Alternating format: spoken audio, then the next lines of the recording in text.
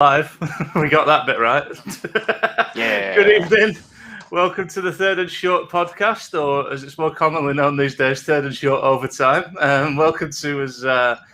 This week we're going to be breaking down the AFC South division. I'm joined by the usual suspects. I've got Jordan to my right. I'm not sure I'll get this right.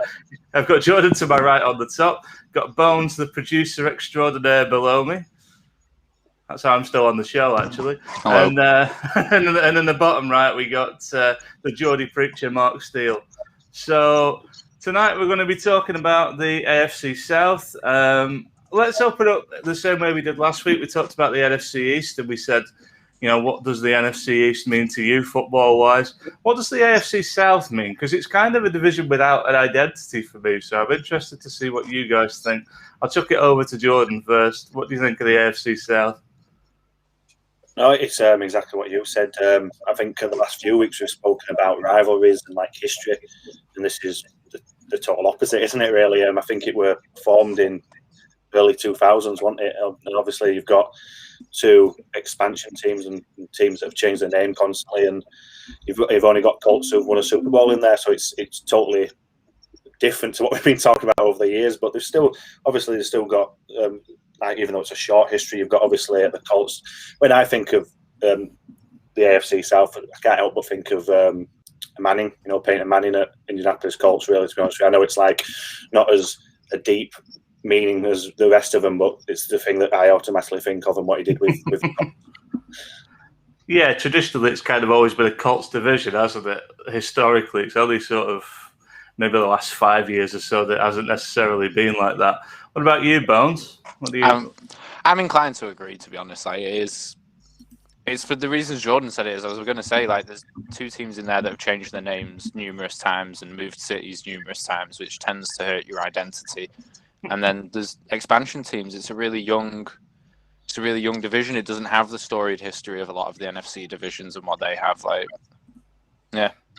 So we're thinking a pretty nomadic division then. What about you, Mark? Anything good to say about this division? We're struggling a bit here, to be honest. Well, it's there's nothing really much you can say other than that's being said. Other than media, this is a division, obviously because of the age of it and how long it's been formed and teams are in there, which is relatively young. And to look back for any level of consistency from this division, you're going back to Peyton Manning when he was there at the Colts, and you saw this division regularly competing in AFC Championship games and having deep runs into the playoffs. Since Peyton Manning left the Colts and went on to Denver and then retired, this division's just struggled for a consistent champion, is what I would say. Over the last few years, you've had the Colts who have been peppered in whilst they had Andrew Luck, and now you've got the Titans coming in. You've had the Jags as recently as 2 or 3 years back winning this division. It's really a wide open one with no obvious candidate, is what I would say. Yeah, there's not a historically, other than you say the Colts and the Manning, there's not really a historical team that they always win that division. And you're right, I think it lacks a bit of identity because obviously the Titans used to be the Oilers, so that's a name change, and the Texans were an expansion franchise. All those kind of things that it doesn't have the history of the other divisions for me. But what it does have, well, I was going to say 4 good teams, but that's an outright lie. It's got 3 good teams. I'm covering the 4th one. So we'll worry about that when we have to cross that bridge. Let's open things up. Let's not waste too much time. We had a bit of a division shift in trade over the weekend as well, which I know I expect Jordan will talk about when he covers the Titans. But we're going to open up with the Colts, and that is over to our friend Bones, who is actually doing a good team for once. Take it away, man. Yeah, I guess, for once, I get to talk about a good team, like you say, but I think it's interesting. I got to talk a little bit about the Eagles losing Frank Reich last week, and now I'm getting to talk about Frank Reich's new team. And their recent acquisition of the quarterback that Frank Reich offensive coordinated, which is Carson Wentz, which I think is an interesting pickup for the Colts. I know it's not at the draft. I'm just going to touch on this early before I go into the draft stuff. Because I think the Wentz pickup's big for the Colts. We already said ourselves we feel the Colts are a quarterback away. They've got a good core behind them. They've got some good wide receivers with Michael Pittman Jr. They've got is Michael? Have I got that first name wrong? Maybe. they've got a solid running back core behind them because they've got Mac, Himes, and Taylor. That's it. Yeah, the name escaped me for a second. So I think that's pretty good. I think Wentz is at this point, like Philip Rivers at one point was a really good quarterback, I guess. But I think at this point, Wentz is an objective upgrade over Rivers last year. Like, no, it's nothing against Rivers, but the guy was getting on a bit when he retired. Like, and he just doesn't have the arm strength that Wentz has. He's not as maneuverable as Wentz is. Like, I think we said it before. Like, Wentz could do well here. I know he didn't do well at the Eagles per se. Like, well, not the whole time he was at the Eagles, at least anyway. But yeah, I definitely think it'll be interesting to see. I think we'll see the Colts offense be a bit more unpredictable this year with Wentz under center rather than Rivers, because Rivers would consistently stay in the pocket and throw out of the pocket. Whereas Wentz, we know, has the legs, can play a bit more play action, can play rollouts, can play bootlegs. I mean, I definitely think that's a big thing for them. Going on to the draft, though, I think they had some needs coming into the draft, the Colts. I think they're one of the teams that did have needs, and the one big need that they had that everyone is talking about, it seems, on the side of the Colts is they didn't really address left tackle in the draft. And I know since the draft they have made a signing at tackle, which at least stems off the need to draft someone for a year, but they did not draft a left tackle this year. But looking into it, it was interesting to see how round one, by the time they were on the board, pick 21, you only tackle option left was Darashaw, I think, at that point, which is not a bad tackle, but it's the third best tackle in the class, whereas Kwity Paye had managed to fall to number 21, and they managed to snag, one of, if not the best defensive edge in the class, like at pick 21. Like, you would have thought the predictions prior to the draft had him gone quite early. I don't think many people predicted him falling to the Colts in the end. But I think there was there was a health thing on the day of the draft. I remember popping up here and there that might have made him fall a little bit. But yeah, that's a really good pickup for the Colts. I heard somewhere that supposedly he can get a sub 5.5 time. I think he ran a 5.57 on his 40-yard dash. But there's talk that Kwity Paye can get even faster than that. But he had a really good pro day. They then went back to back defensive edge though with I'm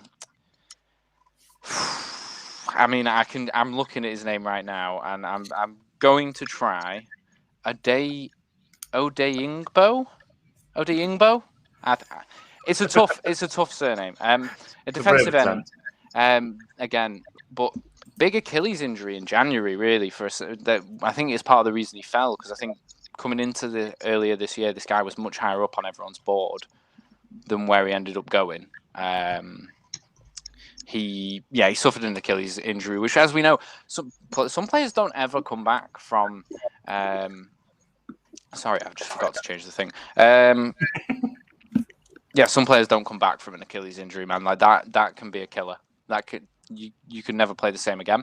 But it tells you how much the Colts owners and the general manager must have liked this player to be that determined to draft him, even with a major Achilles injury this year that he's still got to come back from.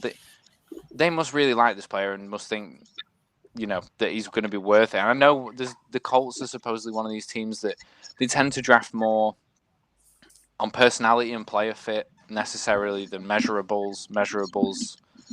I guess quite a few measurables are coachable is a thing. Like we say this about certain stuff like hands, that kind of issue with the player is coachable, that can be coached out. So I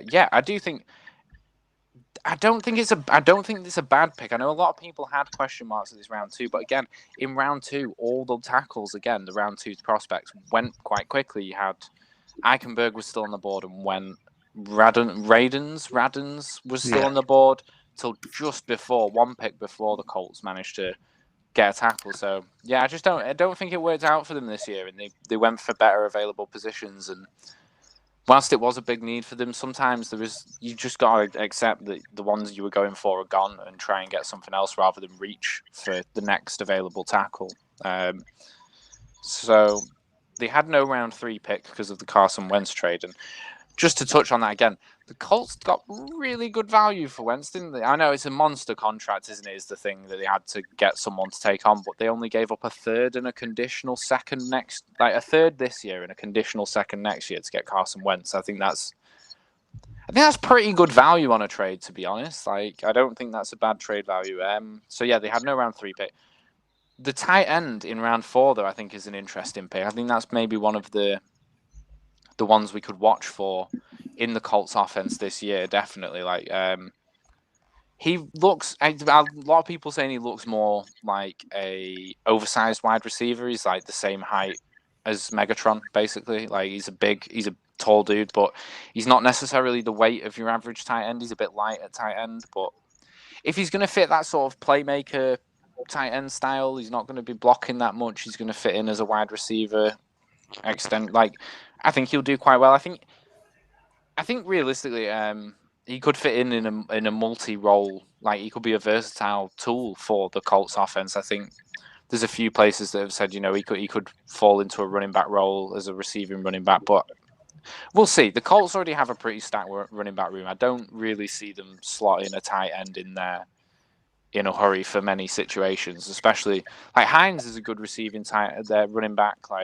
They don't really need another receiving running back, but I guess having that versatility of not knowing what exactly the formation they've come out in could be good. So if they can mix him in a few other places just to give them that versatility, that could be pretty good for them. Strachan, the wide receiver later on, he's got some interesting measurables. I know a lot of people are talking about him. He seems more like he's going to be just in a backup role, probably in case someone like Pittman goes down again. I think he seems similar in size to that, and it should make it easy for them to just slot him in should someone go down. Same with the quarterback they took this year, Sam. I think it was Sam Ehlinger, quarterback. Yeah. Again, I think he's just been drafted to be Wentz's backup, basically, at least for now. I think compared to their other quarterback on the roster, Eason, I think that the new quarterback, Ehlinger, fits replacing Wentz in the event of a serious injury better than Eason does. So, I don't think that's a bad pick. It's a 6th rounder for some depth. The safety they signed in the 5th, Sean Davis, he'll probably play some special teams and stuff. He's got a lot to clean up before he's a starter on the defense, I think. And the defense is already quite young and pretty decent. I think they did need to address safety this year. I think strong safety was a bit of a need for them. I had down cornerback as well. Didn't get much of a look in. But yeah, and then eventually they did grab an offensive lineman with the last pick, Fries. But he's projecting as a guard, so it still didn't really address the tackle concerns for a lot of Colts fans coming out of the draft. But then, like we say, they signed Eric Fisher to a 1-year deal after losing Alex Costanzo in the offseason to retirement. And I think the problem with Fisher at this point is he is also on the wrong. Well, he's now on the wrong side of 30, I guess, for an NFL player. He's probably in the same region as Costanzo. Costanzo was 33, I think. So he's not far off potential retirement. They've only signed him to a 1-year deal. So I think they've just put off the inevitable for now. I think they do definitely at some point need to address the tackle spot with a younger player, but right now they seem set, and it's a 1-year deal with it's a good tackle. He took an injury last year, so hopefully he can stay. If he stays healthy, that'll be a good signing for them, I think. All in all, I think the Colts are in a good spot. They went 11-5 last year. I think I don't think they had any major upgrades, particularly. I think the defensive ends were necessary. I think they've got a nasty pass rush now, and I think that's big for winning games. We've already said it. Look at how teams like the Bucs won the Super Bowl with a strong pass rush. So two defensive ends, especially if it gets healthy with the Achilles injury.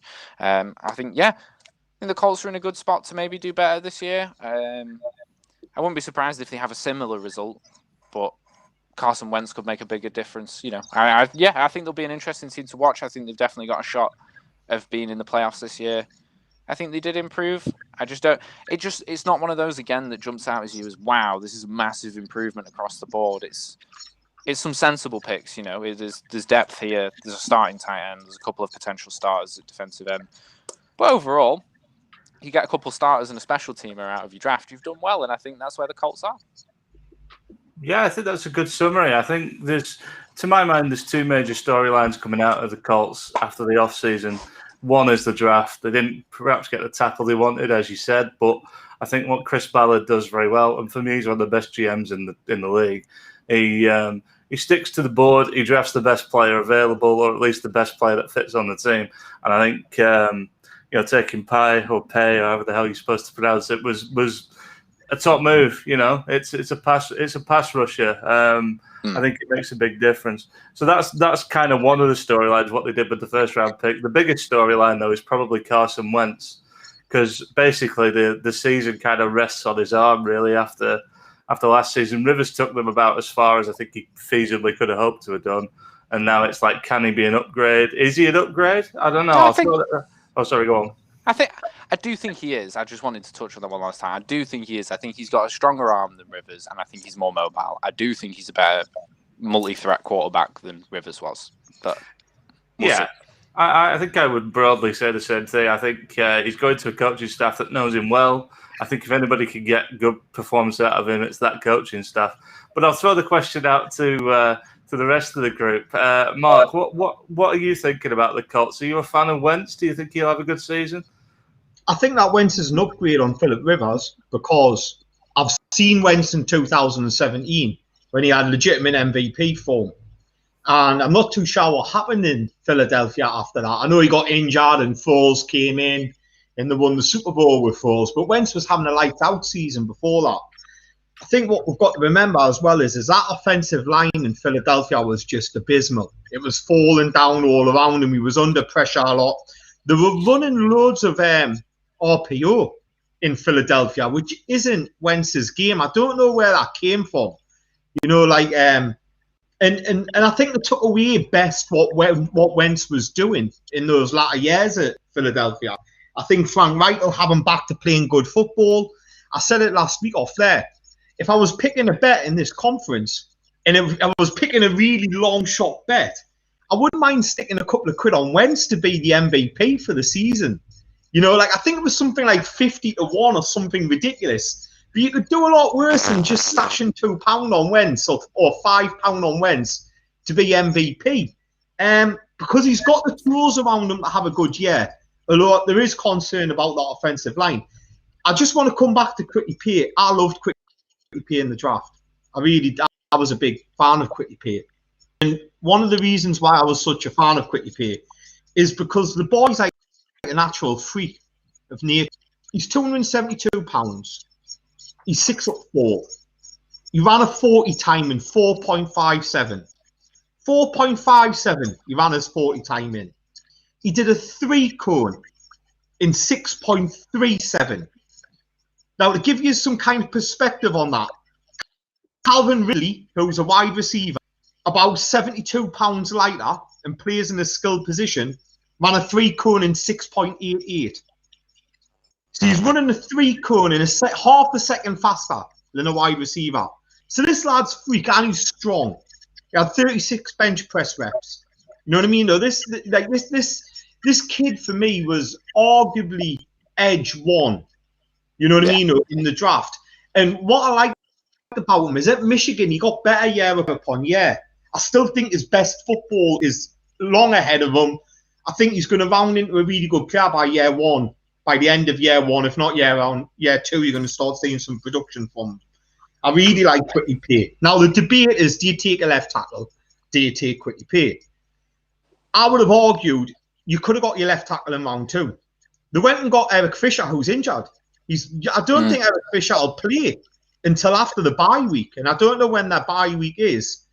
But I'll be surprised if he's fit at all before like week 10. You know what I mean? Because he's got a bad injury, and players don't come back from his injury quite as easy, especially in that line. It's Achilles injury, I think it is, which is a terrible injury for a left tackle, especially when you're 6'7" and over 300 pounds, and all your weight's going back onto your Achilles as you're kicking back for a pass block. It's an awful injury to have. No wonder the Chiefs cut him off. You know, but they're pinning their hopes on, well, maybe he'll be back for the playoffs, and they've got nothing else at left tackle. Plus points about their team. I love Jonathan Taylor, the running back who they drafted in the second round last year. He got nearly 1,200 yards in his rookie year. I think it was 1,169 was his yardage in his rookie year. He had 11 TDs. He averaged 5 yards a carry. You know what I mean? If you fall behind to this team can suffocate the life out of you. This guy's a big lad, he's strong, you'll run the ball, they've brought Matt back, you know what I mean? They've got a decent committee in that backfield. Wentz will have a lot of pressure on him. Of course he will, he's a quarterback. But there's more around him in this team to take the pressure off. A lot more there. He's not going to be asked to pass the ball as often as Doug Pederson was putting the ball in his hands. You know, they're going to be a run-first team. That's what they're built to do. And they've got a really good, suffocating, no big names, obviously, outside of, you know, like Leonard and Buckner on defense, but they've just got such a workman-like, productive defense who are good. You know what I mean? They've got Rock Yassin, they've got Xavier Rhodes, they've got Buckner, who we just mentioned, they've got Leonard. You know, they've got a good team. They've got a good defense. They're returning a lot of them parts, and they've added to offense. Yeah, I think that if these can have a run and they can surprise a few teams in the way into the playoffs, I wouldn't be surprised if the Colts were there in the AFC Championship at the end of the season. Yeah, I wouldn't be surprised if they were there in the AFC Championship playing the Chiefs, I'm presuming. But I think they've got an upsetter to win them, and I think Wentz will be pleasantly surprised from Wentz this year. Yeah, I think you made some good points. I think for me, like they always seem to be in a bit of a state of flux for me, especially after Luck retired, and it is hard because you draft somebody number 1 overall, you probably think he's going to be franchise quarterback for the next decade. That didn't work out for a variety of reasons. Since Ballard's come in, they've just done sensible things and they built a sensible, solid team for me. I think I think, as you said, there's not a whole lot of outstanding, well-known players on that team. There isn't somebody who's like a media darling. There's not somebody that's going to be on NFL Network every week and like showing up in highlight plays. But it's a team that plays good, solid football and plays it well. And I agree, when it gets to the playoffs, those are the teams that generally succeed. So I've got them going pretty far this year as well. What about you, Jordan? What are you thinking about the Colts? I think you all hit on everything that I'd agree with, really. You know, I think I've got no qualms at all with the defense. I think it's solid defense, and you saw that last season. Like Mark mentioned, a few players there. You've got like Rocky Ason, Xavier Rhodes, Kenny Moore, Bobby Okereke, and it's just I do really like the defense, to be honest with you. I think the big concern is going to be that offensive line. But if Carson Wentz can hit his form, you know what we saw in Philadelphia, if they give him enough time, he's got plenty of weapons there. T.Y. Hilton's coming to the back end of his career now, but he's still a solid target. Look out for Paris Campbell, obviously. I really like this guy, and he's suffered a lot with injuries, really. In the first game last year, he looked like it was going to be the second year where it's like, hey, this guy's going to be good. And obviously took a nasty injury in the second game. Hopefully he can come back from that. And like Mark said, that running back room is just made for handing it off to whoever you want. Obviously, Jonathan Taylor's your main guy, but we know Marlon Mack and Hines and even Jordan Wilkins can do a job there. They've got a fantastic running back room there. So, yeah, I think it's going to be that's going to be the big thing. And obviously, you touched on Eric Fisher. It's going to be the offensive line, and if they give them some kind of a job where they can protect Carson Wentz, you know, obviously it's not going to be all the time, but certain things they can go really far. I agree with everything you said.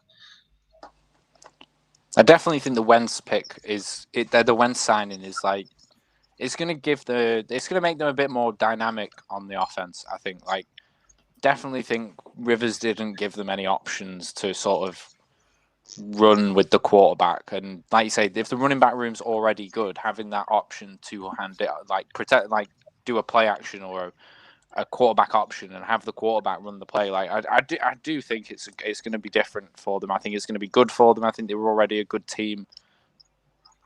Another solution to the left tackle problem, because I don't think Eric Fish has the answer. I don't think he's going to be fit enough. I don't see him being fit until week 10 at least.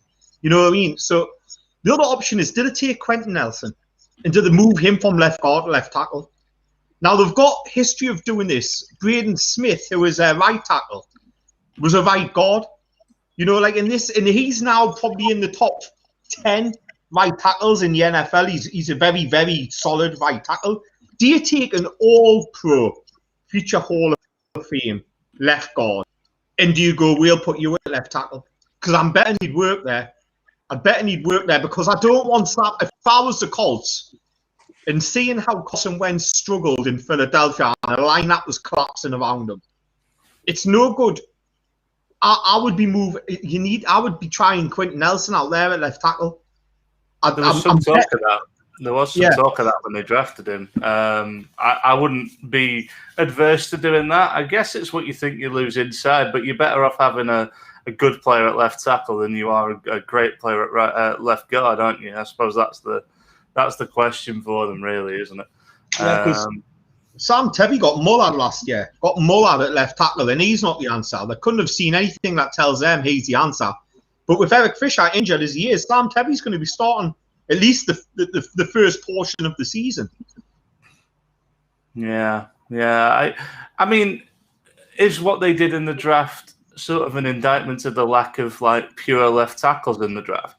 Because I think pretty much most of the tackles, I feel like we all said, maybe the right tackles, maybe they'll play inside. I don't think, other than Sewell, I'm struggling to think of anybody we definitely thought was like a pure left tackle.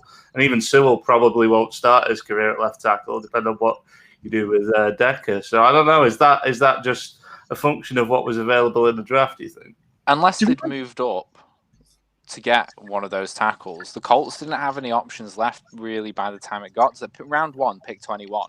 Yeah, they could have gone out and maybe got Eichenberg, I think the only one they had was Darrishaw, and Darrishaw does project as right tackle, doesn't he? Or he plays right tackle. I think he's not he's not typical left tackle. But I think and then by the time it got to their pick in the second, Eichenberg, Radens, and someone else as well that plays offensive tackle was also gone.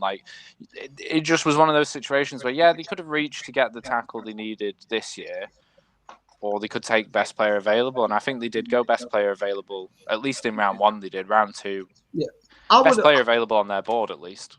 I would have took Pierre round 1. I think they did the right decision taking Pierre round 1. The question is round 2. They went back and got another pass rusher round 2. We're sitting on their depth chart at the moment, 4th or 5th in the line. They could have got a starter there. They could have got James Hudson, who's a developmental tackle prospect. You know what I mean? No, they could have had I forgot the lad's name. Someone remind us. The left tackle who came out of Brigham Young University. The one who was Christiansen, wasn't it? Yeah, that's it. Braden Christiansen. They could have got him. You know what I mean? No, and they would have had a body there at least. There was options to go along the line. They must have seen something they liked in the Vanderbilt lad. I mean, he's 280-odd pounds and he's about 6'6". He's got the intangibles, you know what I mean? Maybe they're thinking we'll stick an extra 20 pounds on him, we'll play him at left tackle. I don't know, But I think it wasn't the fact that they went Pierre round 1.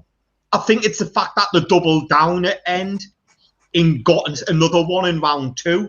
Now look, Chris Ballard's made his name out of the draft and he's been a terrific young GM. It wouldn't surprise me if in 3 years' time they've got 2 old pro bloody edge players, you know what I mean? I'm all looking at this going, what a great draft class that was. But the truth of the matter is Pierre was a good pick. Doubling down is questionable, especially with that left tackle position in such flux. Yeah, I feel like they're just one of those teams that will always go BPA regardless of what anyone else thinks. And like you say, Ballard's made his name doing that. So I don't know. I'm pretty optimistic about them. They do need to get that left tackle spot sorted out. It's probably one of the most vital positions on an offense after quarterback, probably the second most vital, actually, in terms of protecting the blind side of the QB. So I think that's my major concern with the Colts. But beyond that, I'd be pretty happy if I was a Colts fan right now. So we got any more thoughts on the Colts, or shall we move on? All good.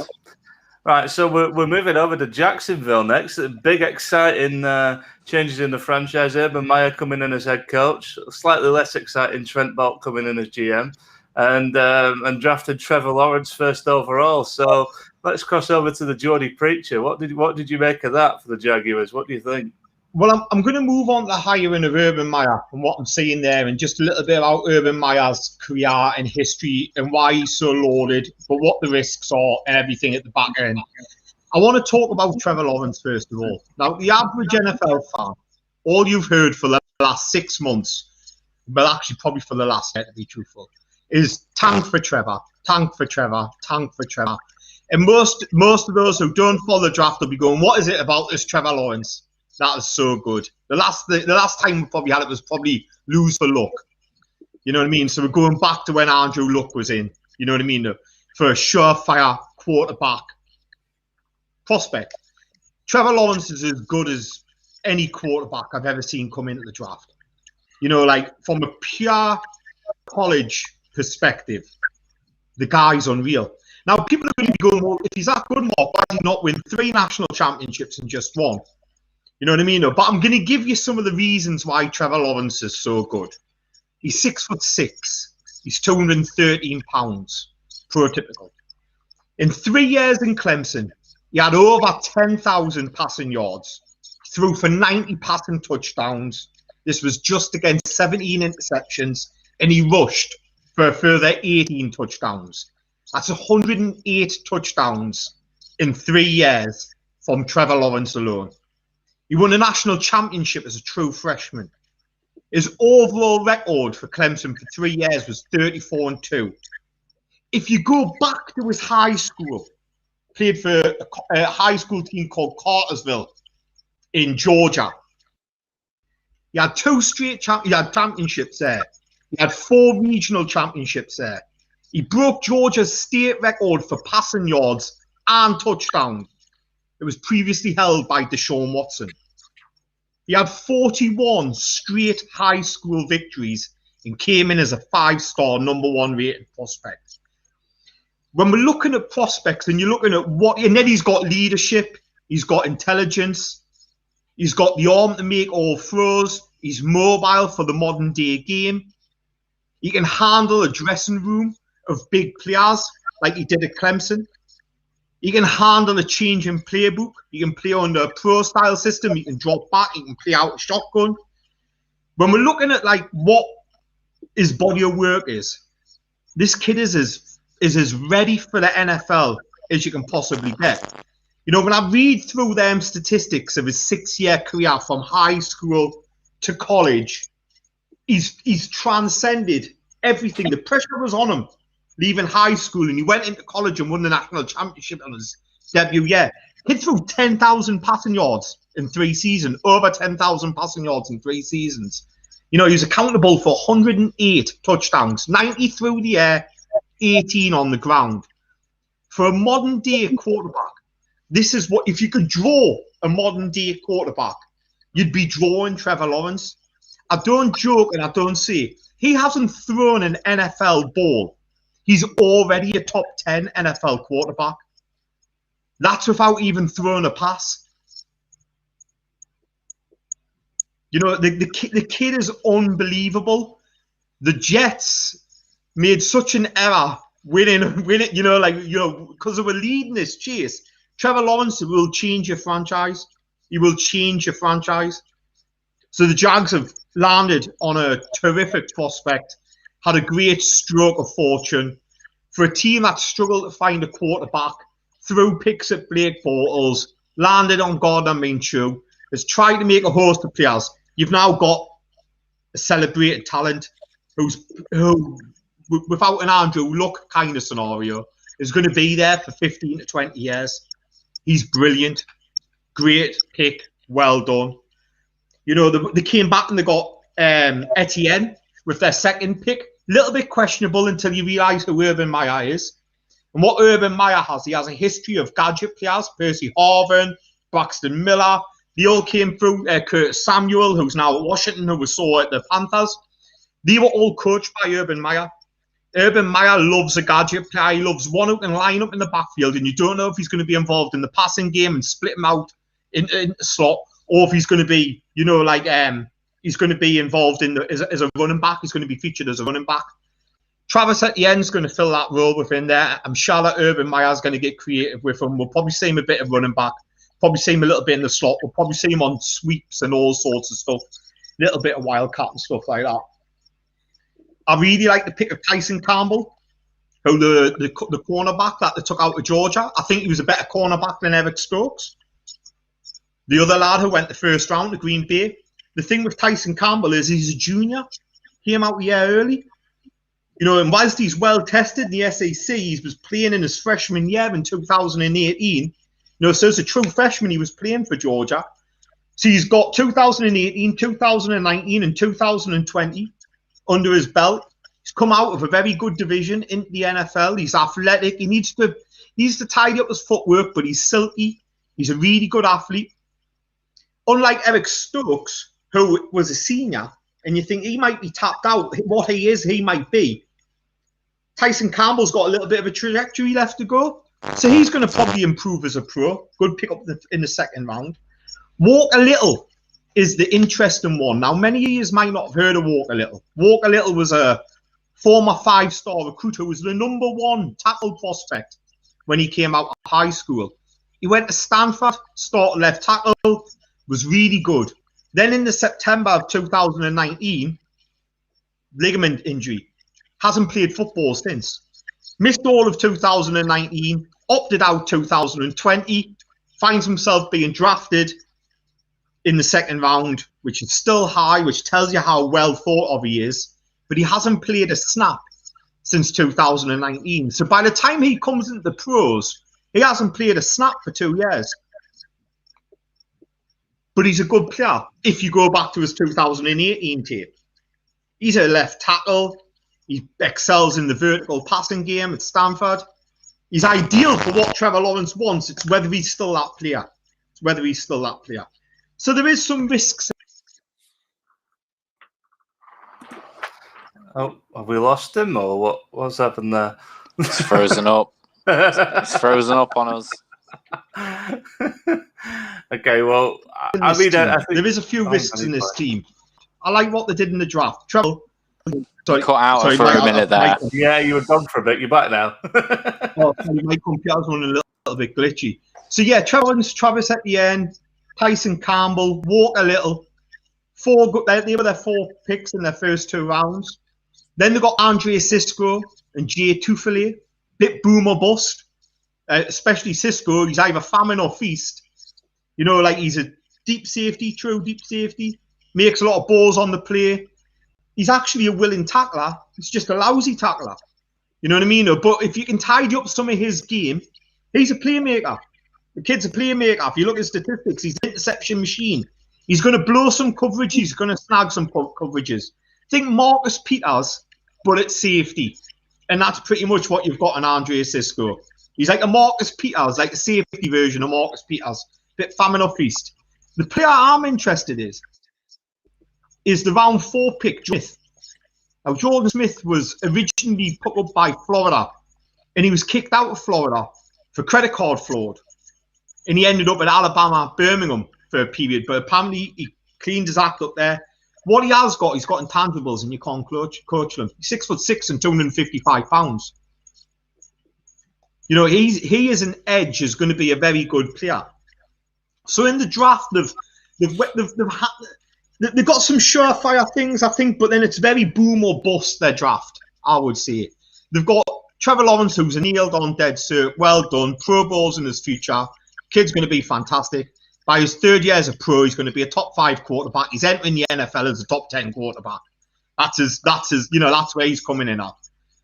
Then you've got Travis Etienne. He'll fill a role. If it's not a running back, he'll be a gadget. He's going to do well. He's a great player. He's got home run speed.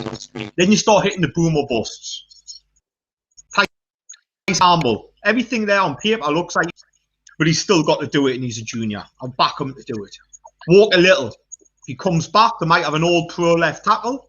You know, if he returns back with his 5-star form, that landed him in Stanford, he might get injured all his career, and you might be looking for another left tackle in 3 or 4 years. Kid might never play 17 games a season. Might never play 10 games a season. Andre Sisco, what's he going to be? Are you going to get the feast, or are you going to get the famine? Jay Tufele is a decent 3-tech. Jordan Smith, background issues, but it's kind of put them behind him. So the draft is a little bit of a gamble. When you look at what they did in off-season, Marvin Jones they got from the Detroit Lions. They've got LaVisca Chenault. You know, they've got a decent wide receiver core. What they have got is they've got nothing at tight end. And I'm really concerned about their trenches. Look, you don't get to pick first in the draft because you're a good team. You pick first because you're terrible. And regardless of put Trevor Lawrence in, you're still going to have holes. And their 2 holes at this moment in time is defensive line and offensive line. Neither of them look good.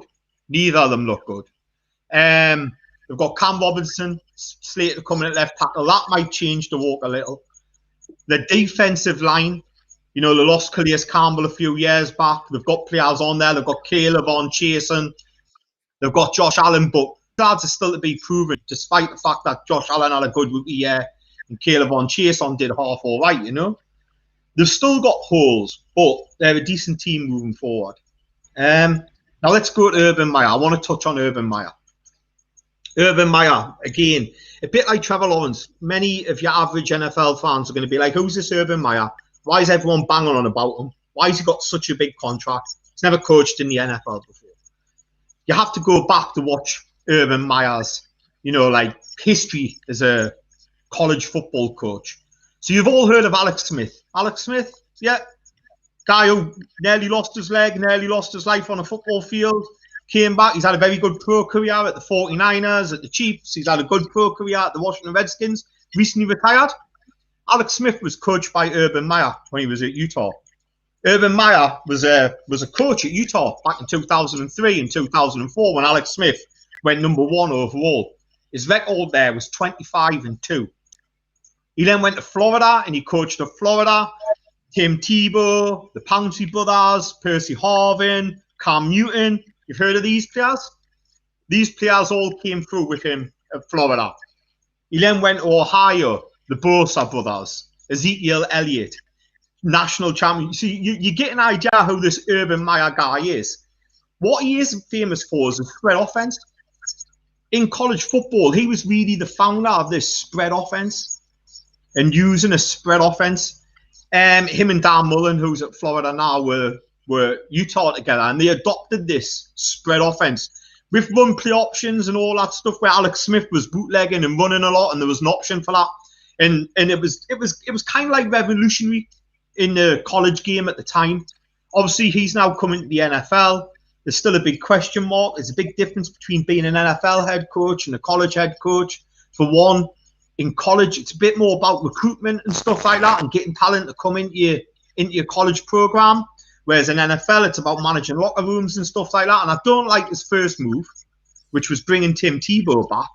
A guy who's got no right, really, playing in the NFL. You know, like he's not now. He hasn't played a snap since 2012. He's never played tight end in his life. But yet here he is at 33 years of age, playing a new position that he's never played a snap before for an NFL franchise. I'm sorry. The NFL's meant to be the pinnacle of American football. We're not talking about high school or college here. What right has Tim Tebow at 33 got to find his way onto an NFL franchise? And more to the point is, I mean, if I was a Jags player and I've got Tim Tebow there, I would be asking that question as well. I would have rather took an undrafted free agent out of college than take Tim Tebow. I'd be pissed off if I was an undrafted free agent who was passed on for Tim Tebow.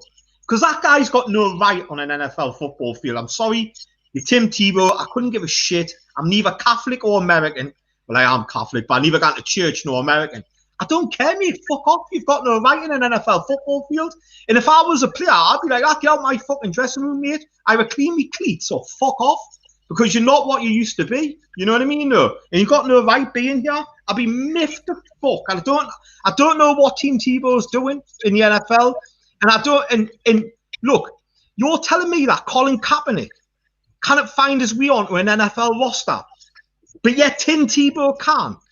That's the greatest privilege I've ever seen. And jobs to the old boys. I'm sorry, but I find that I find that fucking pretty offensive, to be honest with you. Like, you've got a guy who's still got talent and ability, and you've got another guy who was really lame all the way through his NFL career and has never played a snap in his position, and he's getting a shot before the other guy who's being blackballed out in the NFL. That off my chest. Tim Tebow. Yeah, I got that impression. So, you know what I mean? So Urban Meyer, for me, despite he's got the pedigree, and you look and he goes, wow, this is going to be exciting. He's kind of like dropped the ball from the start. I wonder how the players are looking at that. I wonder how the Jags players are looking at that. Clearly just his mate, who he's let in because he used to quarterback for him at Florida. You know, I'm going to go through before I end on some of the players who Urban Meyer has coached. So we touched on Alex Smith. Another quarterback he coached was at Florida was Tim Tebow, obviously, and Cam Newton. Running back Elliott, Carlos Hyde. Wide receivers, Michael Thomas, Percy Harvin. Jordan Reed, the tight end at Washington. He's now with you guys at the 49ers.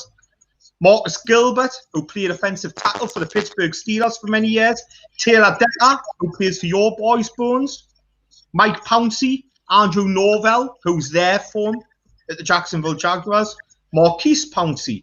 On the defense, Bosa, Dunlap, they were coached by him. Jonathan Hankins, who's at my team, the Raiders, he was coached by him. Ryan Shazier, who's now retired, who was the Steelers linebacker, he was coached by him. Janoris Jenkins, the cornerback who played for the Saints last year, used to play for Tom's Giants, he was coached by him. Joe Hayden, the long-time corner for the Browns, who's Pittsburgh Steelers now, he was coached by him. Bradley Roby, he was coached by him. Eric Weddle was coached by him at Utah. And Reggie Nelson. Boom or bust Reggie Nelson. Hated by those Raiders fans, but slightly more fondly thought of by Cincinnati fans. So Urban Meyer, these are the players he's coached. So for your average NFL fan who's going, well, who's this Urban Meyer coming from college? You get an idea of just how lauded this guy is in his body of work. Yeah, I mean, his player development, as you say, all his college stops has been excellent. There's no doubt in his coaching pedigree. I think the concern for me, well, first of all, let me say I'm severely concerned if the Raiders pick up Tim Tebow off waivers before the start of the season, because I think your head might explode. But in terms of Urban Meyer, my only real concern with Urban Meyer, well, it's twofold, and one isn't really anything to do with him. It's a big jump from college to the pros. We've seen that. There are some college coaches that have been successful. There aren't a lot. Maybe he can break the mold. He's coming in quite late in his coaching career as well. I don't know if that's a good or a bad thing. Experience is obviously a good thing. He's not likely to trip over some of the errors that some of the younger college coaches have made, but I do just wonder about that. I like what they're doing. I think they're developing a pretty good roster, and any roster with Trevor Lawrence in, you can't really, criticize it too much. You're right about the lines. Neither the O nor the D line are good. My main concern, and maybe it's speaking as a 49ers fan, I don't know. My main concern is the general manager. It's not really the coach. It's not really the roster as it's currently constructed. You kind of hit the nail on the head. You were talking about the draft, and you started talking about the mid to late round picks. And I know generally that doesn't really matter because you're not necessarily going to get a Pro Bowl or even a starter, but you said the phrase boom or bust, and when I think of Trent Bolt drafting, going back to his time at the 49ers, that's pretty much what he drafts. You're either going to get everything or you're going to get nothing. And the problem is at some point, your luck runs out and you get absolutely nothing from a draft class. Now, as it is right now, he's off to a good start because you start with Trevor Lawrence. You know, that's fine. I don't know how much say he's got there either, whether he's just a figurehead for Urban Meyer, or whether he is actually doing the scouting and the choosing the players. We'll see how that develops. That's my main concern with Jacksonville. Other than that, I'm pretty enthusiastic about them. Really, I think they're probably too far away to make a run at the division seriously this year, but I think they'll make a little bit of noise. And Trevor Lawrence is going to have a few plays that will announce him on a bigger stage. I'm not sure what you think, Jordan. Are you as enthusiastic about the Jags, or what are we thinking? I think they're in the process of a rebuild, and it's a good start for year one. To that rebuild, like you say, they've still got a lot of concerns in different areas, but it's not going to happen overnight. So they will hopefully keep moving forward, and obviously have a positive year this year, and then you move forward again. But touching on Urban Meyer, obviously, like you said, you've gone through his past credentials there. It's fantastic, but there's got to be some concern with him as well. With his past as well. With certain, like obviously the Florida team. I'm not going to go into them all, but you've seen the problems that Urban Meyer has had in other teams, and obviously he has come before and had his health problems and stuff. So of course there's going to be some concerns with him. He could do a fantastic job, but it's new to the NFL. I do think there's still some concerns there with him, and if it doesn't go well early on, who knows what can happen. But from the team, I think it's moving in the right direction. But it's just one of them where we'll see moving forward and see if anything progresses from different areas of the past, should I say. Like I say, should go read about Urban Meyer. It's a fantastic read, for positives and negatives. If you want to go read about him, really good for any listeners. I think he's an excellent coach, but as you say, that those health problems are a bit of a concern. And one of the other things is, as you said, if he doesn't get off to a good start, bearing in mind he's going to have a bit of a job to win people over, I think. But if he does it, great. And I think it's a good PR move for a team that struggled to sell out. You think about Jacksonville, you think about low attendances. Well, they brought in Urban Meyer, who's probably the most popular coach in Florida, even though he hasn't been there for a few years. And I would argue that Tebow is probably a PR move as well. If he makes the roster or not, it generates some interest. And obviously having Trevor Lawrence is not going to hurt your ticket sales either. So I think those are the major things. It's just whether it can deliver on the field. What do you think, Bones, as a purveyor of, what was it you called them? Poverty franchises? Are these guys a poverty franchise? Tough with the Jaguars, isn't it? Because they're not that old. They're an expansion team, if anything. I don't think they've been around long enough to have become a poverty franchise, really. But did in the AFC Championship a few years back as well, didn't they? Yeah. I mean, I think with the Jaguars, the thing about the Jaguars is they're going to be an interesting one to watch. They changed ownership, was it a few years back? Tony Khan came in and bought was it Shad Khan? Sorry, it was his dad, wasn't it? Shad Khan owns it. They came in, cleaned house. Basically, it was going to look like a whole new team. Like, everything was wiped, the slate clean. Like, I'm really interested to see what they do. I think you're right in terms of the Tebow hire. Like, and I understand why Mark is not happy about it. Like, never played snap at tight end. Been playing not even been playing Major League Baseball, been playing minor league ball for however many years now, although that does mean he's got all that baseball juice science, right? Like, you've seen this guy, like he is built, right? Like, he's stacked. There's no way that's real, like, right now.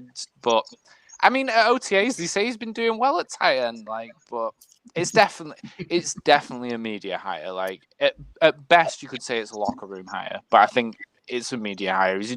He's from not far away from Jacksonville, is he? Like, he's quite local. I know he's a Florida boy, but I think he's quite local to Jacksonville as well.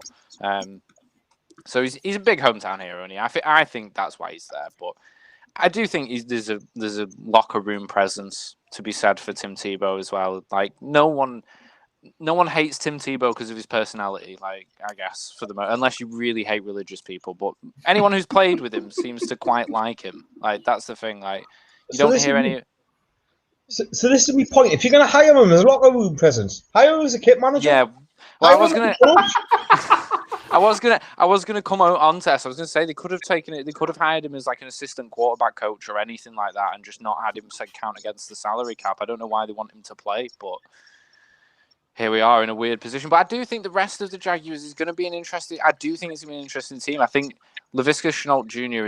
is a good wide receiver. Like, he's not the fastest wide receiver, but he's definitely an interesting one. He still creates separation. He plays bigger than his size. I think Chenault is a thing. But you've got Marvin Jones on the other side, who obviously I'm quite familiar with as a Detroit fan. I think he's a really good wide receiver. He's probably towards the tail end of his career now. But Golladay went down last year, and Jones stepped up massively as our top wide receiver for the year with Stafford. So, yeah, I think it's a good veteran to bring in at wide receiver. I think he's a guy who's got a lot of years' experience in the league. ETN, I wanted to touch on because, guy looks incredible. You've seen comps to Alvin Kamara for this guy, and I think if that is who he plays like, that's a great comp. It's a tough comp to live up to. It's one of those ones where someone compares you to one of the best running backs in the league. You're gonna have it's not easy to live up to, but I hope he does. He's good. He looks like a really good running back. But Urban Meyer moving up, cool. Really interested to see what happens now that he's back in the league. I think Mark said it in one of our previous conversations, maybe not on the live, but Urban Meyer's come up to coach Trevor Lawrence, hasn't he? That's part of the reason he's here.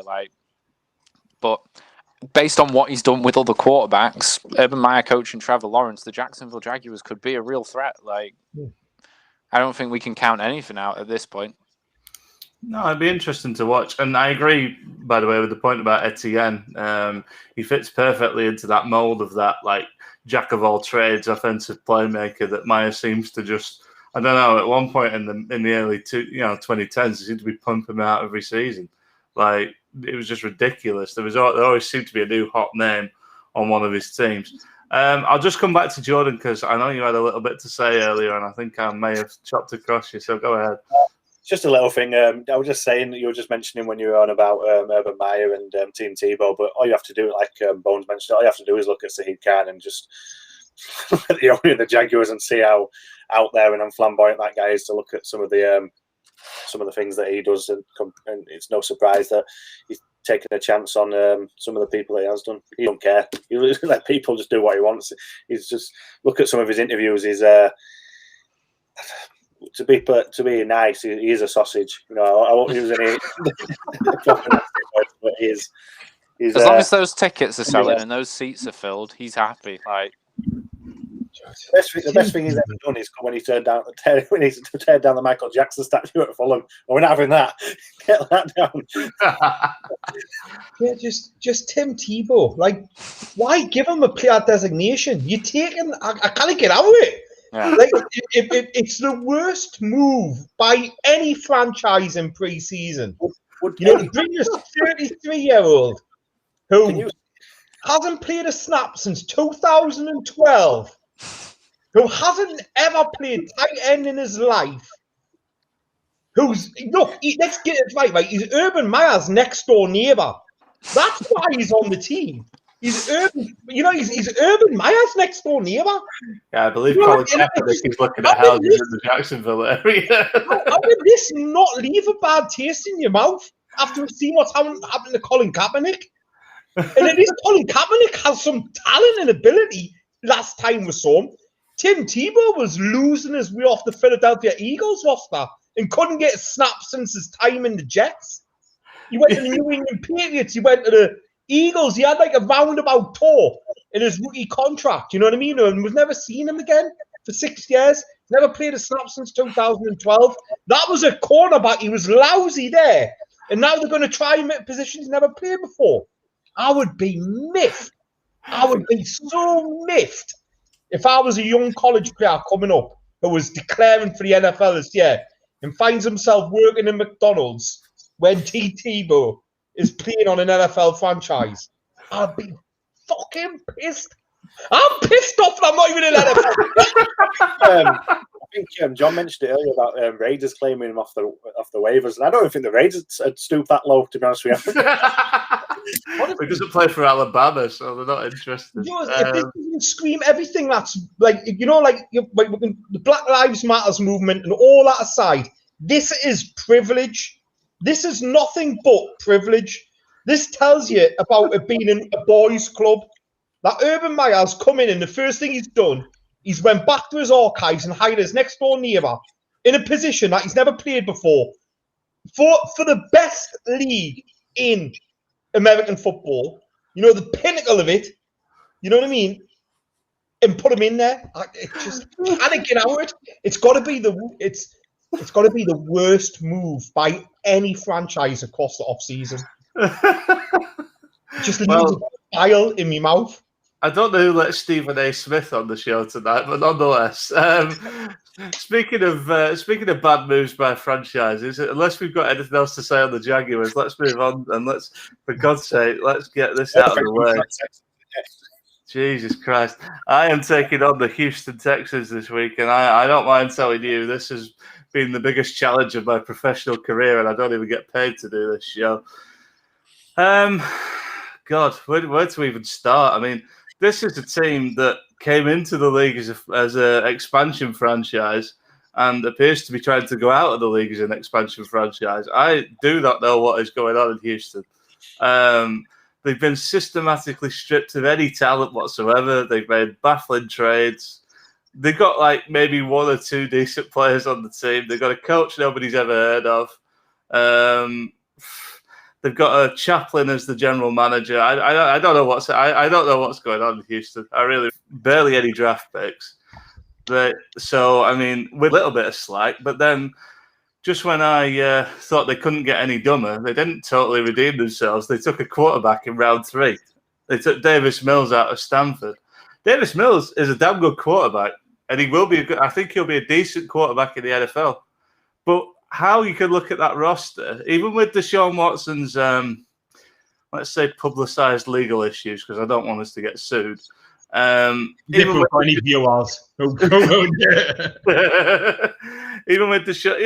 what's going on with Deshaun Watson, I cannot understand why you would invest the little draft capital you've got in a quarterback. There was players there that could have made a difference.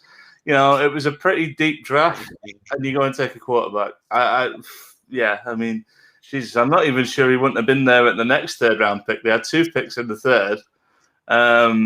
They took Nico Collins with the next one, who I actually quite like. I think he's a good player. He's played at a big program. He knows what it's about. I think he'll do okay. And when you look at the receiver depth chart, you can see why they've gone for him, because outside of Brandon Cooks, they've got a team that was good in 2012 and it's 2021. So, I mean, I can see why they've gone for a receiver there. I'm going to be honest. After that, I'm struggling to know who they've drafted. They're trying to fill positions on the roster with 5 draft picks, and that's just not possible. They're in a really difficult situation. So I have to kind of say they did okay in the draft. I just don't get the Davis Mills pick. And even if Watson is moving on, which I think is possible, okay, but is Davis Mills going to start straight away? No. So you've probably got Tyrod Taylor. Is it Tyrod Taylor? I don't know how he wants it pronounced these days. Starting at quarterback, which is okay, I guess. You know, you can get something out of him, but you start looking at the rest of the roster, and oh my God, I mean, they got Mark Ingram, who I think has probably had his best years at running back. They traded for David Johnson, who seems to have completely lost his way. Philip Lindsay isn't a bad pickup, decent player. Rex Burkhead, I think it's the Patriots connection that's probably got him on the roster. He's a solid enough player. There's nothing wrong with him. But this is kind of what I'm looking at. These are players that either have been good or are just kind of they're NFL players, but not a great deal else. You know, receivers kind of the same, aside from Brandon Cooks. And to be honest, when I look at the receivers, they've no one to throw them the ball anyway if Deshaun Watson isn't there. So, does it matter who's at receiver? Probably not. Brandon Cooks is a good receiver. Randall Cobb was a good receiver, but I think he's had his best years. Dante Moncrief has never really become a top player. I won't lie to you, I don't know a single thing about any of the tight ends. I recognise names, but I don't know if any of them are any good. Never seen them play, which suggests they might not be. Jordan Atkins, I think I know, is a half decent player. The O-line actually has some positives. They got a former first rounder in Titus Howard at tackle. They got Laramie Tunsil, of course. I mean, they traded away the entire franchise to get him, but they do have him. They got Marcus Cannon. You know, these are decent players. There's something you can build around. Justin Britt can play a little bit. They're okay, I guess, but then it just becomes, I don't know. It's so hard to be optimistic about this team. It really is. I mean, they really are starting from ground zero. There is almost nothing there. If I was looking for positives, they've got a guy in Nick Casemiro, I think that's how you pronounce it, Nick Caserio maybe, who has been sought after for a lot of GM positions. And, the Texans at the second attempt, it would seem, have managed to land him. The issue in the front office is Jack Easterby. Nobody knows what his role is, how much influence he's got. It seems like he's got quite a bit. He has no football background whatsoever. I just sometimes things happen in the NFL that I just do not understand, and I think Jack Easterby is one of them. He must be one very persuasive guy. That's all I can say. Hopefully they get out of the way and let Caserio do his job and try and rebuild that team. Head coach, I know nothing about David Culley. I mean, he was assistant head coach, wide receivers at the Ravens. I mean, I'm not sure coaching wide receivers on the Ravens requires much of anything because they don't really use them all that much. But, he's been there a while. He's an experienced guy. I get the impression he is just kind of there to sort of, what's the phrase I would use? He's just there to kind of manage while they try and get back to something approaching an NFL roster. I don't think he's going to be there long term. He might do 2-3 years. He's there to make the best of a bad situation, maybe teach some of the younger guys what it takes to play in the NFL, try and build something. Yeah. I mean, there's no question they're finishing bottom of this division. Absolutely no question. If they don't finish bottom of this division, I'll be stunned. There's some. They basically went out and signed an entire franchise in free agency to the point where I haven't even made notes on the free agents because I didn't have enough room on my monitor to fit it on. So, to be honest with you, you could look at the entire squad. A lot of it is new players. They are essentially an expansion franchise. I kind of made it as a joke crack at the start, but you look at that, outside of Deshaun Watson, they really are, and maybe Tunsil. They've picked up players that other teams don't want, that have probably had the best years, or young players that have a lot to prove. Now, they're going to get 1 or 2 wins. I don't think this is an 0-16 team, but there's about as near to it as 0-17. It's about as near to it as any team I've seen. But I do have some faith they might be able to grind out 1 or 2 wins. But it's grim, honestly, and I don't know. I don't know what the direction is. I think that's the thing they've got to do this year. They've got to find themselves a direction.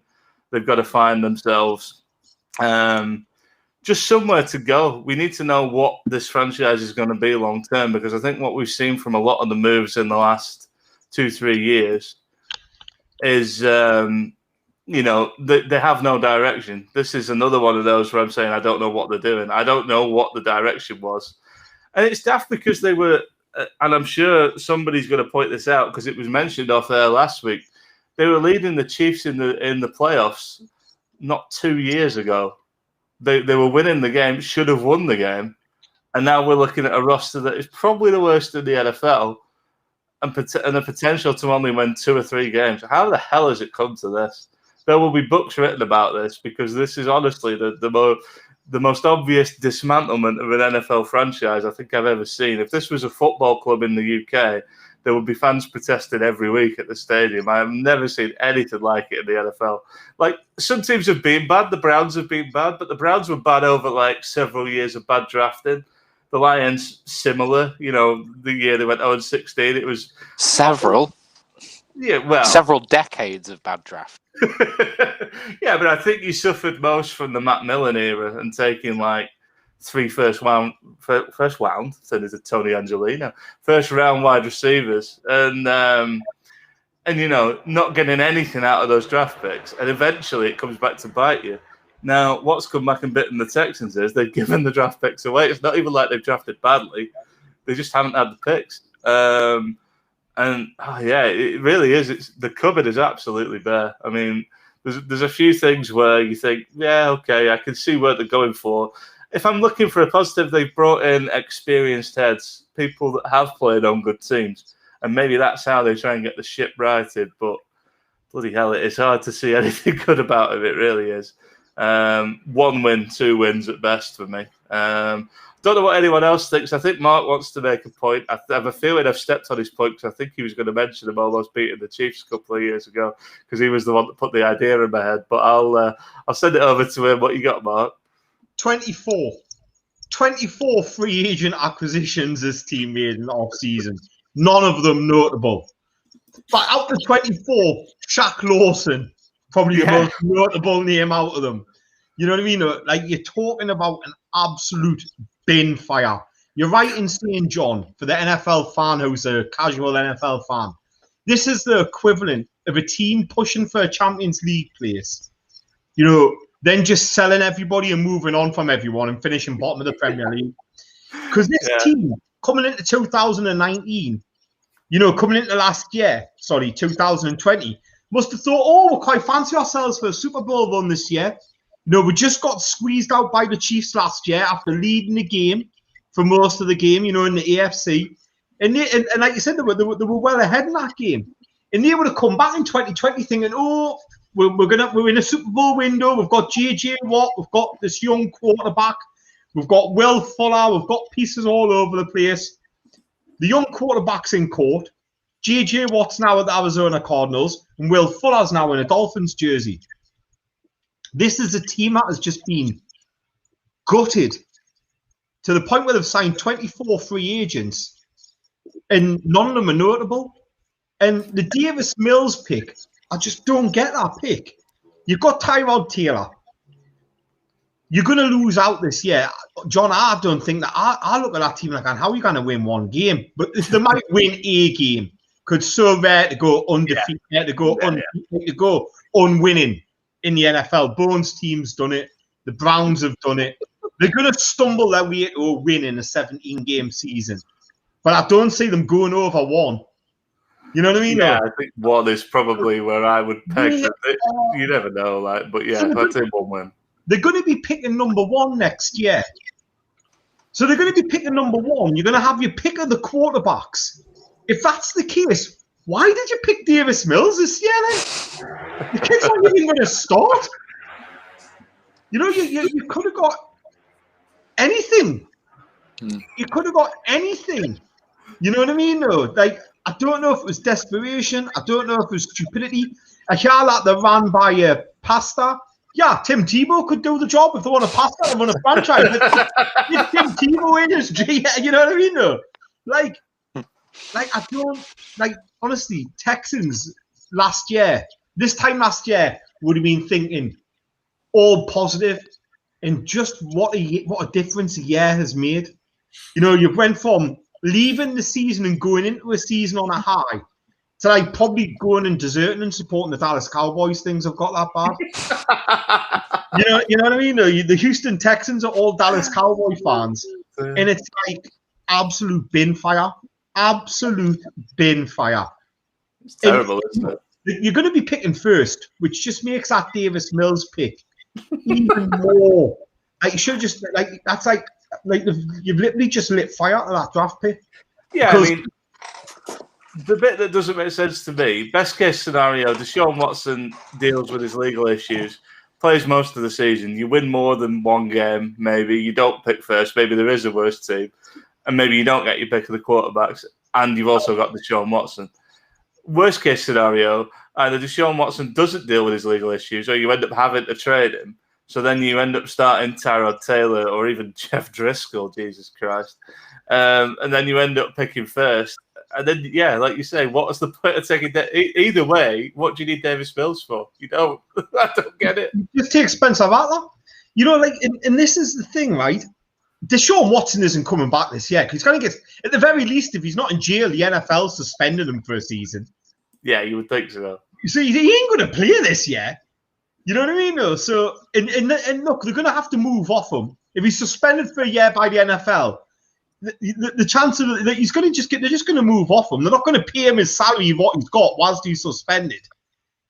You know, they're going to move off him. It's a chance to get out of that contract, which you just signed last year, which is astronomical. It's just below what Mahomes signed. You know what I mean? No, it's like, and it's a chance, and you've got a chance to get out of it. You know, like, this franchise is just in turmoil. And honestly, I can't wait to see the ESPN 30 for 30 from this. Like, you know what I mean? There'll be one in a few seasons' time. Yeah, they're almost at the like late 70s Tampa Bay level where you could feasibly see them losing that many games in a row. It really is bad. At least with the Browns, when the Browns were bad, and what did they lose? Like 26 games on the run or something. Like, at least you had a feeling that they had draft capital, and with a bit of luck, they might be able to do something with it. What the hell are the Texans going to do? I don't know. Let's go to our poverty franchise specialist. What you got for us, Bones? Give the Houston fans a reason to believe. Give them something.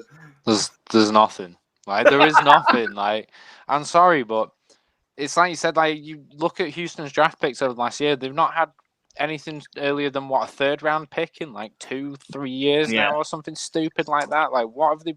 Where have all their picks gone? What did they trade them for? Like, it's just like, what's the point? Like, none of those trades clearly panned out because here we are in a situation where the team's just been completely gutted. Like, yeah, I mean, there's not much to be optimistic about at this point. Yeah, maybe you'll tank and you'll get a 1st overall pick next year. That's probably the most optimistic thing you can come up with for the Texans at this point. It's just like there's some teams that are bad, and you wonder why, and then there's some teams that are bad, and you look at what they've done and go, "Well, yeah, like what are you doing?" Like, we were talking.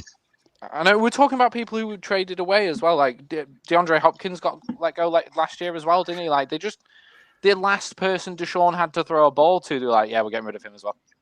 And no wonder Deshaun Watson's annoyed. No wonder the team's doing badly. And yeah, they probably are going to pick 1st overall next year. But then, based on what's going on with this whole Jack Easterby thing, who knows? They'll probably go and pick some like 4th-round talent because he's had a conversation with God or something. I don't know. Like, who knows what's going on with the Texans at this point? Oh my God! Who carries the can for this? Is it Bill O'Brien? Because he spent all that capital on having me tonsil. And he was the one who let Hopkins go. You know what I mean? Which pissed off JJ Watt, and he's gone. And of course, Will Fuller, he had a breakout year last year, and he goes, "I'm not coming back. See you later." Like, who carries the can for this mess? Is it Bill O'Brien? Bill O'Brien. I just picture Bill O'Brien getting in a plane, and everyone's getting to the moon. And they're going, right, we need this much petrol to get to the moon. Do you think we should get some more just in case? And they're going, no, we'll stick with this. And he's getting to the moon. There's a detour. There's one parachute in there. Bill O'Brien's jumped out. He's found himself in a fantastic position in Alabama as an offensive coordinator, just laughing at the mess, at the crash scene, that he's just produced at Texans. So it's incredible how he's fallen on his feet, Bill O'Brien. He's done a fantastic job. You know what is it? You ever seen The Dark Knight? Do you know that scene where the Joker's walking away from the hospital and the nurse is out and it just all blows up behind him? That's literally Bill O'Brien walking out of the Houston Texans. You could take off the Joker's head and put Bill O'Brien's head on. And obviously the Houston Texans just exploding behind. And he's the one who's walking away unscathed, but with the detonator. That's how I would describe this as. Yeah. Bill Alabama probably going to win a national championship. Will probably be back in the NFL in a year or two's time with another franchise.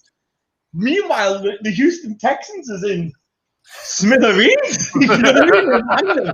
Like absolute ruins. You know what I mean? It's funny, isn't it? Because Bill O'Brien, I think, as a coach, isn't actually that bad, but for some reason, with Rick Smith leaving, and there was a few rumors of a few organizational struggles, he suddenly ends up taking on executive as well, and thinks he's Bill Belichick. And my God, I mean, that is just. I mean, he is Bill Belichick, but it's the Browns era Bill Belichick. You got the wrong one, you know. What you got, Jordan? Anything good? Anything good at all? I do like Nico Collins. I just feel like I wish he were on a different team. And I'm a big fan of Nico Collins. You know, what the limited tape that you saw at Michigan, you know, like if you go back and look at Michigan quarterbacks, he never had any luck. They like to run the ball, but the stuff that you see on tape, he's a big lad. You know, he's uncontested catches. You know, you're not gonna like knock him out of his path, but. That's a positive, but he's on the Texans. You know what I mean? It's not really a positive, is it? I'm just talking about the player, really. I think that's fair enough. I don't think there's any more to say, is there? I don't think there's any more point. I've got one more point. Go on. Bill O'Brien, when he was there, never had a pass blocker for Deshaun Watson. Yeah. So he traded the franchise for Larry Tunsil. And that's where all these picks went. Well done, Bill O'Brien. Because now all you've got is Larry Tunsil. And there's nothing else there. So they were missing one part to be a good roster. Now they've got that one part, and they're missing everything else as a result. You know what I mean? Yeah, it's like selling your engine to get 4 new tires, isn't it? It's just I don't know what it was about. We've had some cracking lines on this podcast tonight, by the way. I think this might be the funniest one. Maybe that wasn't the intention, but hey, when you're talking about the Texans, you can't really not turn it into something like this, can you? Yeah. Oh, well, let's all take a deep breath and go to potentially a championship contender who have just made a massive move in trading for Julio Jones. Let's go over to Jordan with the Tennessee Titans. What you got, Jordan? I think, obviously, I'm going to leave this till the end, but before, obviously, we're writing and thinking about what I'm going to say about the Titans. I always thought, obviously, we all knew that Julio Jones could be going to the Titans for the last week.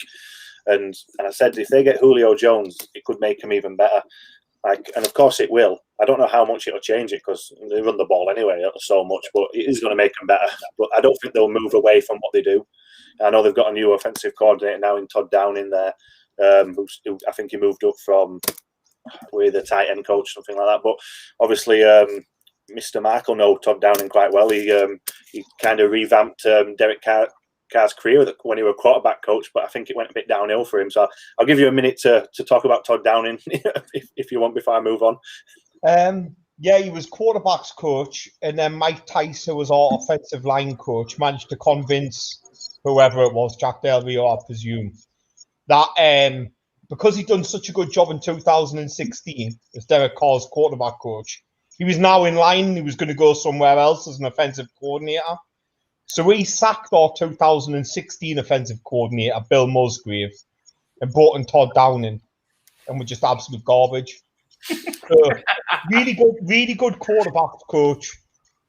I would probably say not the best offensive coordinator because he bummed out at he bummed out later on as well. But yet he finds himself in an offensive coordinator position in Tennessee, and Arthur Smith. He's got some big shoes to fill there, hasn't he? Really. And I'm not too sure that Tom Downing is a really good signing as a coordinator. Yeah, I must admit I'm sure, but I don't know how much he will be. He's going to go into what Arthur Smith did there, and I think he's going to keep playing calling the similar plays. You know, nothing much is going to change, but we'll watch that develop. They did. We mentioned the Patriots the other week, saying that they did a lot in free agency, and Titans maybe not as much as the Patriots, but they were really busy in losing players and signing players as well. I know they were quite close to the cap, and they lost a lot of their players that they would have had to pay big money for. Corey Davis, Jonnu Smith, Malcolm Butler went, Adoree Jackson, but they replaced them with decent players. I know Mark mentioned earlier about Janoris Jenkins from college. They've signed him up from the Saints as a signing. Bud Dupree could potentially be a lot of money when you look in a few years' time, but it could be worth the money in a few years' time. It depends how he comes back from his injury, how well he did at the Steelers. So it's one of them to watch out for. I think the money might not be an issue if he carries on with the 2019 form, but obviously he had a bad injury, so we'll see how he comes back from that. The pickup from the Colts, Denico Autry, another good player at edge. I think they lost Jadeveon Clowney. To be honest with you, I've seen him at the Seahawks. I've seen him at the Titans now since he left. I know. Speaking of the Texans, he left the Texans. And he's not really been up to the standard we expected from him. So I don't think it's a massive loss for them. But Denico Autry and Bud Dupree coming in are good signings. And obviously before the signing of Julio Jones, they picked up Josh Reynolds, which I thought were a decent pickup for their wide receiver room. He did okay, as a third wide receiver at the Rams. I think he hit 500, 600 yards last season, which is not bad when you've got Jared Goff at quarterback. Sorry, Bones, but so I think they did really well in free agency. Then they went on to their draft, and again, I thought they were quite solid in the draft. They signed players that I didn't think they were going to be in a rush to play maybe obviously you've got Caleb Farley that they took a risk on with the injury, but if that injury turns out to be nothing and he's absolutely fine to play, I think for me, I know you had the likes of Surtain and the other cornerback, which name escapes me. Horn, Jason Horn, that's the one. But I had him as number one, to be honest with you, Caleb Farley, before I heard about the injury. So if they get them injury concerns behind him, I think that's a fantastic first round pick. I think obviously they did pick up Kevin. This is a strange one. They picked up Kevin Johnson in free agency, who's would be in a good nickel, but it retired about 5 or 6 days ago, which I don't actually know why he retired. I know he's had a few injury concerns. I don't know if it's come out. So even though they did sign Kevin Johnson this year, he's gone. So they might have to rely on Caleb Farley and another one of my favourites, Elijah Molden from Washington. You know, I really like this kid. You know, he's going to play in at the nickel, but he's got the confidence to play wherever you're playing. But I think he will be suited in as a nickel corner. But he's physical. He's a really good player. You know, he put up some good numbers in tackles at Washington. I think they're going to have to ask him to play a bit more than they probably would have liked. But the rest of them, you know, like picks Dylan Raduns, I don't know. I think they might ask him to come in and out as a makeshift and see where he comes in a few years. You know, Monty Rice, Des Fitzpatrick, Rashad Reaver. These are players that have got potential and they won't be asked to do big jobs early on, because you look at the squad, they've really picked up some good, you know, the weakness were going to be their defense last season. And I think the players that they've lost, you might think, oh, like Malcolm Butler and Dory Jackson, but they've like picked up Janoris Jenkins. And if, like I said, if Caleb Farley gets his work in and gets rid of that, you know, that injury is nothing to worry about. I think the defense has got better and they're paying less money. So I think they've done really well, to be honest with you, in free agency and the draft, the Titans. And then obviously Julio Jones, you know, they've picked him up now. And I think, like I say, they're not going to shy away from running the ball, but when you've got Julio Jones and AJ Brown there at the receiver, it's a fantastic option on top of that as well. Ryan Tannehill, I thought he was a good quarterback anyway at Miami, but he's come at Tennessee and he's been one of the best quarterbacks in the league. Fantastic, you know, done really well over there.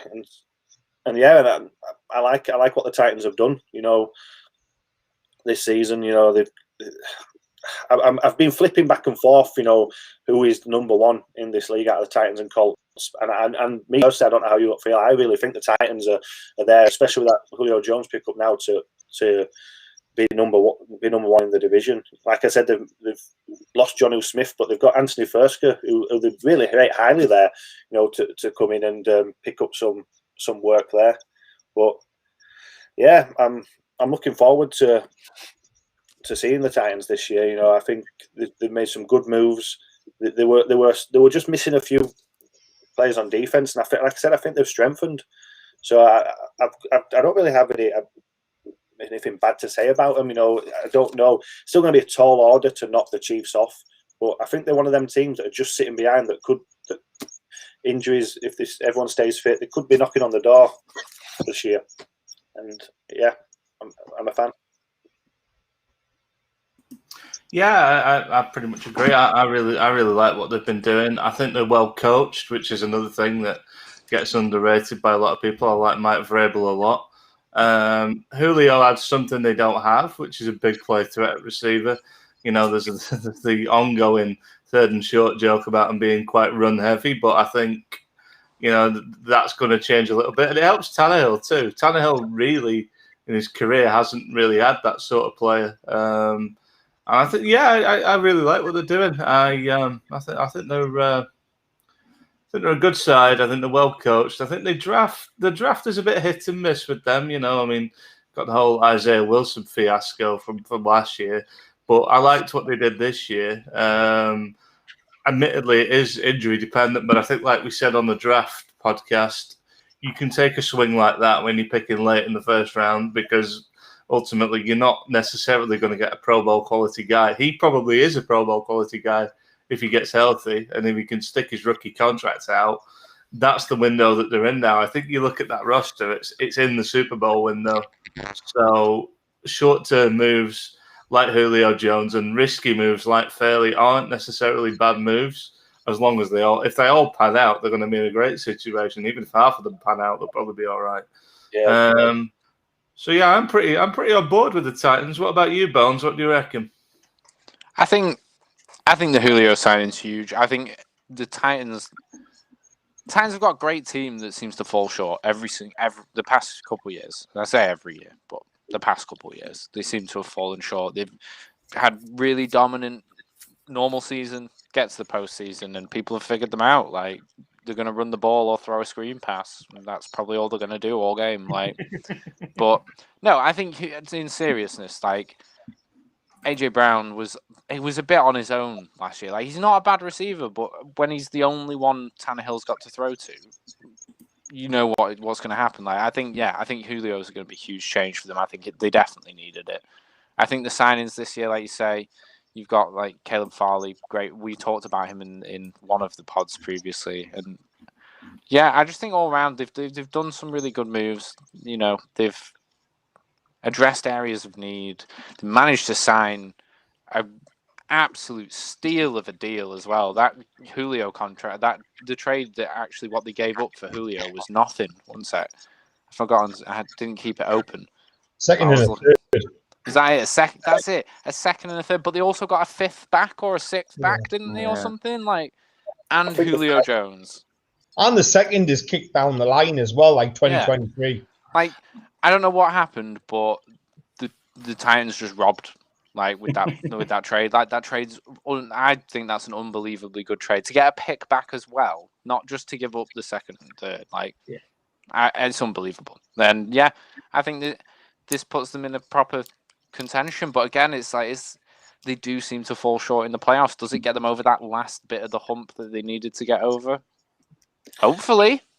I think it does. I like what they've done on defense. I must admit, you've got Denico Autry coming over from the Colts, with Simmons, obviously it's going to be a big dependent on Bud Dupree and Caleb Farley. But if you get the players that that you're going to get with Bud Dupree, if he comes back to that 2019 form, and Caleb Farley is the player that we saw in college, and injuries aside, I love that defense, and I think that was the weakness for him. We saw that Derrick Henry can run for fun. It's one of them, Derrick Henry. Is he ever going to stop? And I just look at him and I think, I don't think he is. I think he's going to keep on running forever. But obviously, if he does get an injury, the running back room does look the problem area. I like the wide receivers. I think that's a fantastic 1, 2, 3. So yeah, I really like him. I must admit, I'm a big fan of theirs as well. What about you, Mark? Are you on board with this, or are you a bit skeptical? There's enough to be concerned about. Last year, they were the third best offense in the NFL in yards and yards per game. They were behind Kansas, who were the best, and the Buffalo Bills, who were the second best. And I think they were level with the Bills on most of the stuff. So they've lost Arthur Smith, who's now went to Tennessee, who's now went to the Atlanta Falcons, and he's done a mates deal and give them Julio Jones. You know what I mean? So you go, is that offense going to drop off? That would concern us. What's behind Derrick Henry? Now they've got Julio Jones and they've got AJ Brown, so at least they've got a second part to that offense now. Because so Derrick Henry, what's behind Derrick Henry on the depth chart? Well, there's really not much. You've got like Derrick Henry, and you've got you've got like Jeremy McNichols and Darrington Evans and Brian Hill, who also came across from Atlanta. So you've got not much behind Derrick Henry, but now they've got two wide receivers, and you think, well, they've got a second string to this offense. Defensively, they're relying on a load of rookies so they had a really good run of draft picks between 17 and 19. They've got Jeffrey Simmons, who came in, the defensive tackle from Mississippi State. He looks brilliant. They've got Harold Landry from Boston College. They've got Rashawn Evans. They've got G.N. Brown. These are all mainstays of this defense now. But there's high draft capital in them, and they've done well so far. They need to take that Pro Bowl leap. That's where they need to start going. Bud Dupree worries me. I made this point with Trey Hendrickson. signing another team's number 2 pass rusher and paying them like your number 1 pass rusher is a very dangerous thing for me. And one of the reasons why Bud Dupree, I feel, got so much production is because opposite him, he's got TJ Watt. So he's never seen any double coverage. You know, he's never seen any double blocking, sorry. And he's in they're winning a lot, Steelers. He gets a lot of options to go after the passer, and there's a lot of pass rush downs, which are going to flatter his stats. I'm a little bit worried about paying another team's number 2 and paying him like a number 1. So there's enough for concern. Can the offense maintain top 3 rating? If Derek Henry goes down, it's Julio Jones and AJ Brown. Can they shoulder the burden of no running back? Because that's basically what they've got if he goes down. The defense, these 17, 18, 19 picks, they're going to have to make a jump. They've shown promise, but they're going to they need to be in Pro Bowls. So, yeah, I mean, I like what they are, and theoretically on paper it all looks good, but there's still some question marks there for me with the Titans. I think that's a good summary. That there's definitely some. I think my concern coming into it was the age of the team. They've tried to address that a little bit with some of the free agency stuff.